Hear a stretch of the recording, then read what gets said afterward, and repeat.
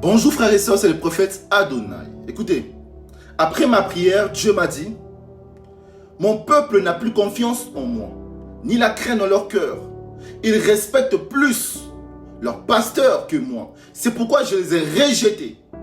Je n'écouterai plus leurs prières et je ne verrai plus leurs souffrances, car ils m'ont rejeté. Soudainement, des larmes ont commencé à couler de mes yeux alors que je ne pleurais pas.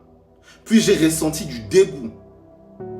Vous savez, lorsque je prophétise pour un match de football, beaucoup de personnes me disent, mais prophète, Dieu parle pour le foot, mais pourquoi il ne parle pas de nos vies, ni de pays en souffrance?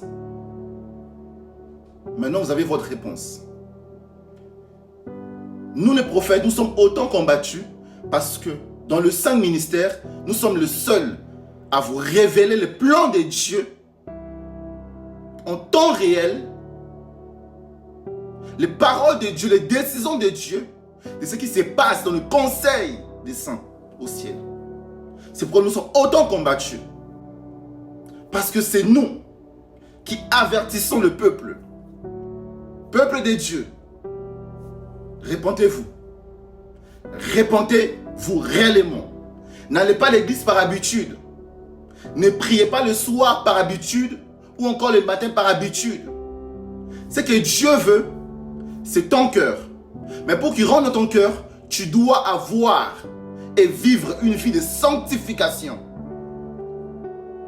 Quand on parle d'une vie de sanctification, c'est une vie là où tu es consacré à Dieu. Tu vis que selon la Bible, tu n'as pas de petits copains, ni des amis païens. Tu es entouré que de la présence de Dieu. C'est pourquoi vous voyez, il y a de plus en plus de chrétiens qui souffrent. Il y a des gens qui partent à l'église matin, midi, soir, mais ils n'ont pas de vie exemplaire. Ils sont tristes, ils sont misérables, ils sont pauvres, ils sont tout le temps dépressifs. Ils ne donnent pas envie aux gens d'avoir leur vie. Ce n'est pas le fait d'aller à l'église qui te bénira, mais c'est le changement de ton cœur, afin que le Saint-Esprit descende dans ton cœur, qu'il siège et qu'il change réellement ta vie.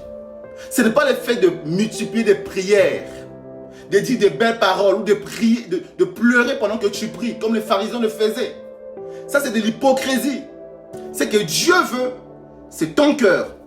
C'est une vie sanctifiée, un cœur saint, des pensées saintes.